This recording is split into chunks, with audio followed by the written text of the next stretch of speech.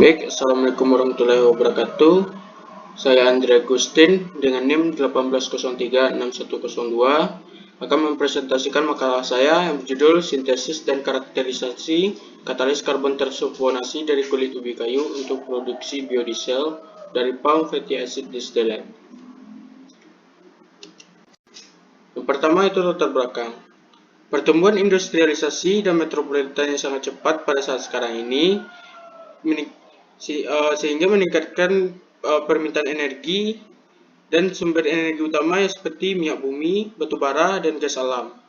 Sifatnya yang tidak bisa diperbarui, maka sumber energi tersebut terus menurun dari hari ke hari.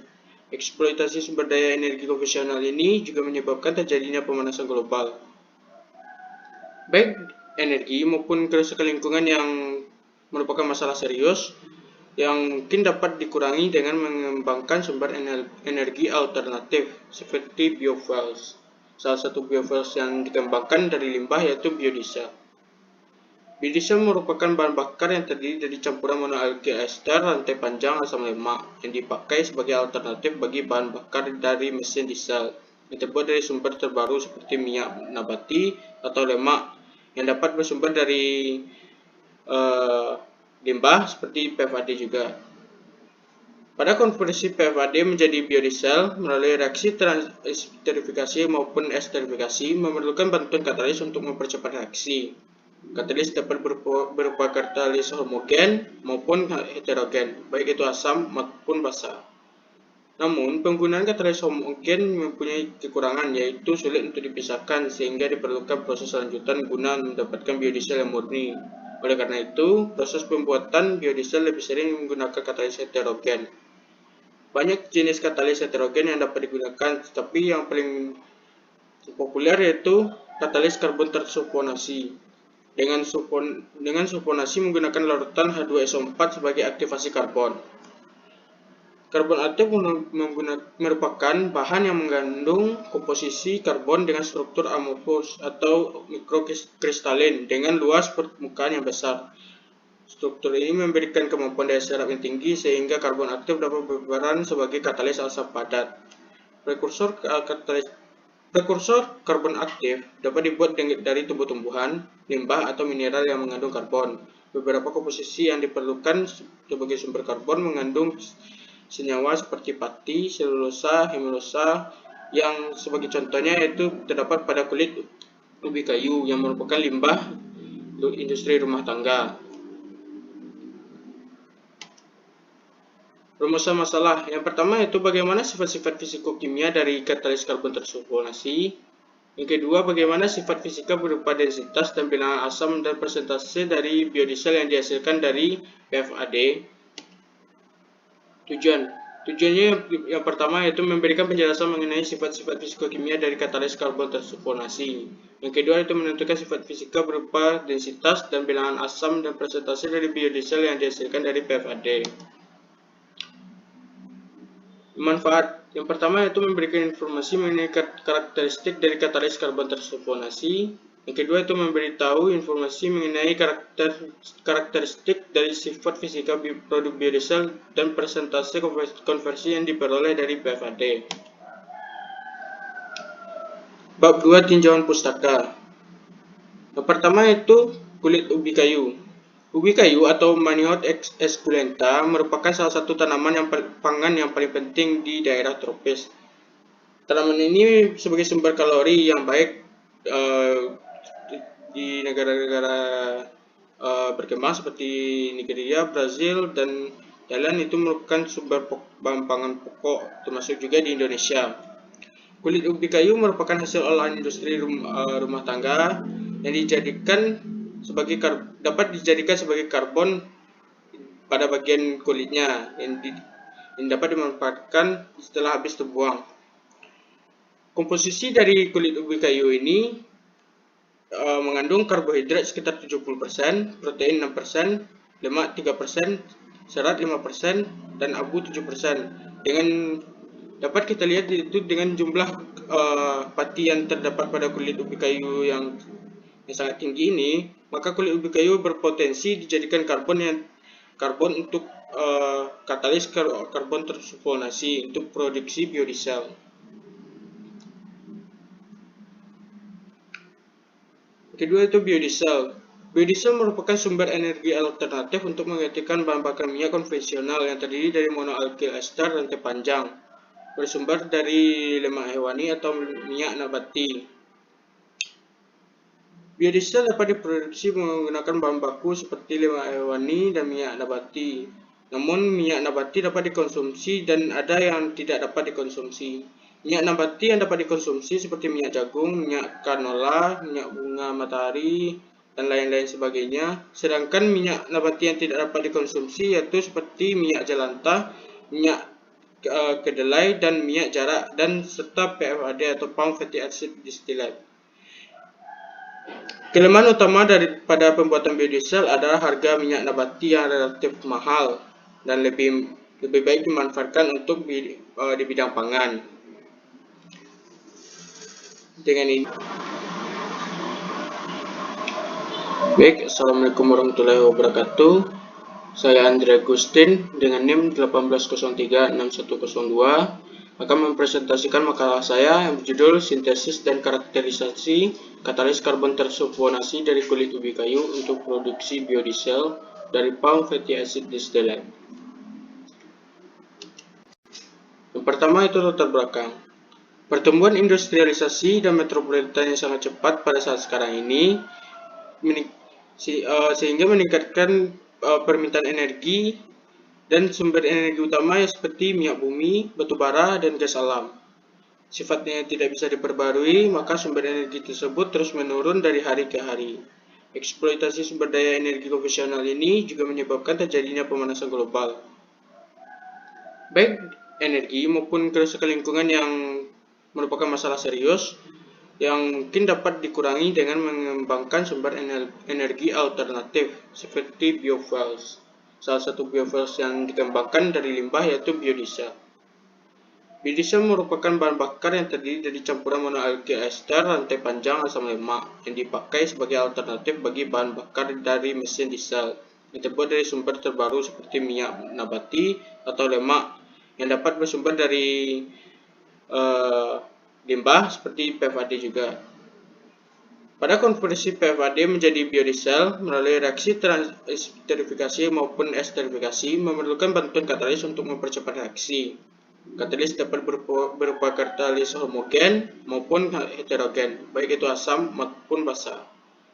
Namun, penggunaan katalis homogen mempunyai kekurangan, yaitu sulit untuk dipisahkan sehingga diperlukan proses lanjutan guna mendapatkan biodiesel yang murni.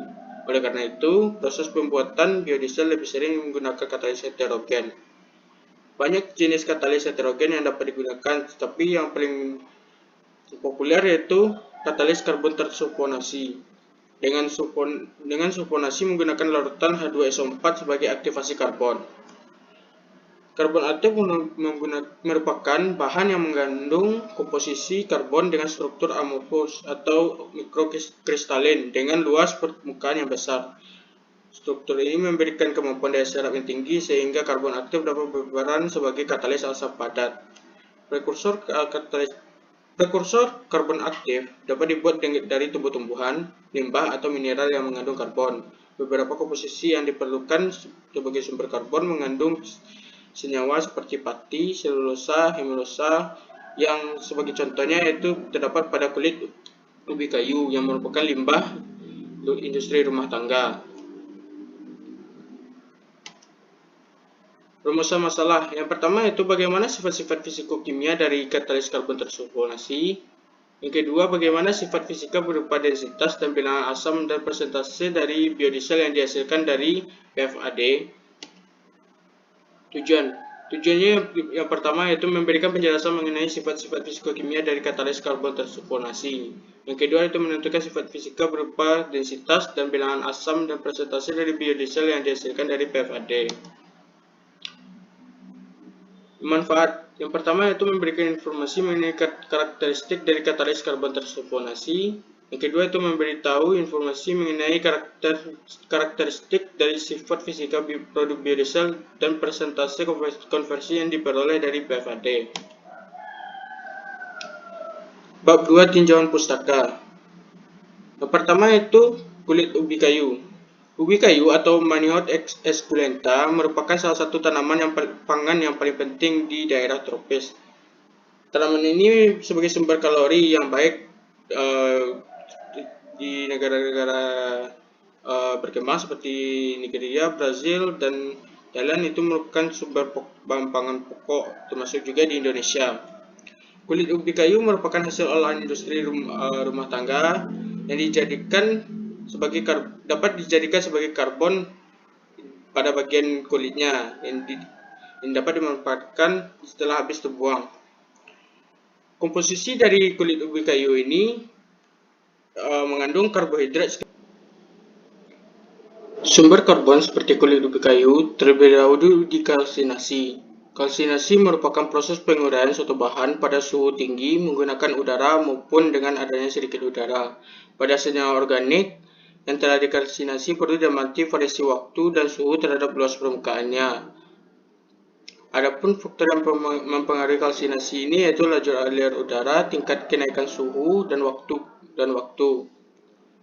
Selanjutnya, karbon disulfonasi. Sulfonasi adalah proses substitusi gugus sulfonat atau HSO3 pada lembar karbon polisiklik aromatik, seperti pada contoh pada slide, di mana cincin aromatik polisiklik memberikan struktur yang kuat dan stabil ketika terikat secara kovalen dengan gugus H2SO3 sebagai bahan asam yang tidak larut. Katalis asam padat berbasis karbon merupakan material yang didasari oleh karbon amorf yang terdiri dari lembar karbon aromatik polisiklik berukuran kecil yang terdapat pusat aktif asam pada permukaan karbon. Dengan metode sulfonasi mampu mengaktifkan pusat asam pada permukaan karbon sehingga sangat efektif digunakan untuk produksi biodiesel dengan kandungan FFA yang tinggi. Selanjutnya itu pembahasan. Yang pertama yaitu sintesis katalis karbon tersulfonasi. Dengan preparasi yaitu menggunakan kulit ubi kayu sebanyak 100 gram yang kemudian dibersihkan dan dikeringkan, dikalsinasi dalam furnace pada suhu 250 derajat Celcius dengan variasi waktu 2 jam, 3 jam, dan 4 jam, dan 5 jam. Kemudian dihaluskan dan dikarakterisasi menggunakan FTIR. Bubuk hitam dari karbon hasil karbonasi kemudian direndam dalam 200 ml H2SO4 pekat, kemudian direflux pada suhu 160 derajat Celcius selama 4 jam, dicuci dan dikirimkan pada oven pada suhu 800 derajat Celcius selama 24 jam, sehingga dihasilkan karbon tersulfonasi.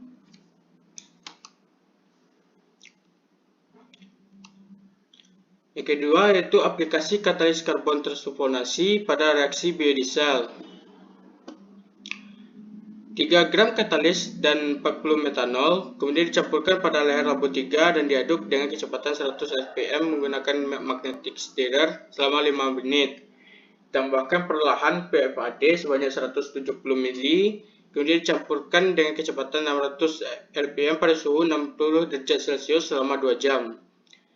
Kemudian disentrifug pada 4000 rpm selama 10 menit dan didestilasi pada suhu di atas titik didih metanol untuk menghilangkan metanolnya. Kemudian biodiesel dihasilkan sehingga dilakukan uji seperti uji fisika seperti uji densitas, uji viskositas, dan uji bilangan asam dan dihitung presentasi konversinya. Akan tetapi pada percobaan ini tidak dilakukan uji viskositas karena keterbatasan alat.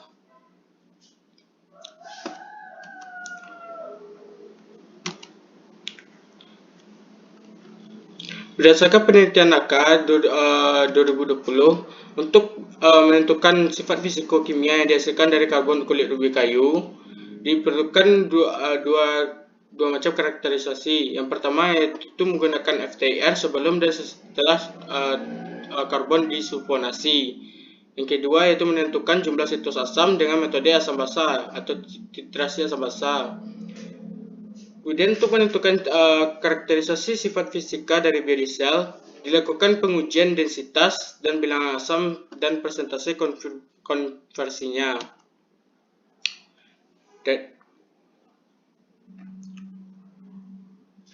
Untuk pengujian sifat fisikokimia karbon kulit ubi kayu, masing-masing sampel diujikan pada panjang gelombang 600 sampai 4000 cm-1. Dapat dilihat dari spektrum yang dihasilkan, terdapat pita serapan utama yaitu pada bilangan gelombang 1700 sampai dengan 1030 cm-1. Puncak pada bilangan gelombang itu 1710 cm-1 dikaitkan dengan adanya gugus C-2 yang menunjukkan kehadiran cincin aromatik dari karbon polisiklik aromatik. Puncak ini terdapat pada karbon kulit ubi kayu sebelum dan sesudah disulfonasi. Pada daerah 1600 cm-1 merupakan vibrasi dari C-2O dengan metode perenggangan dari gugus.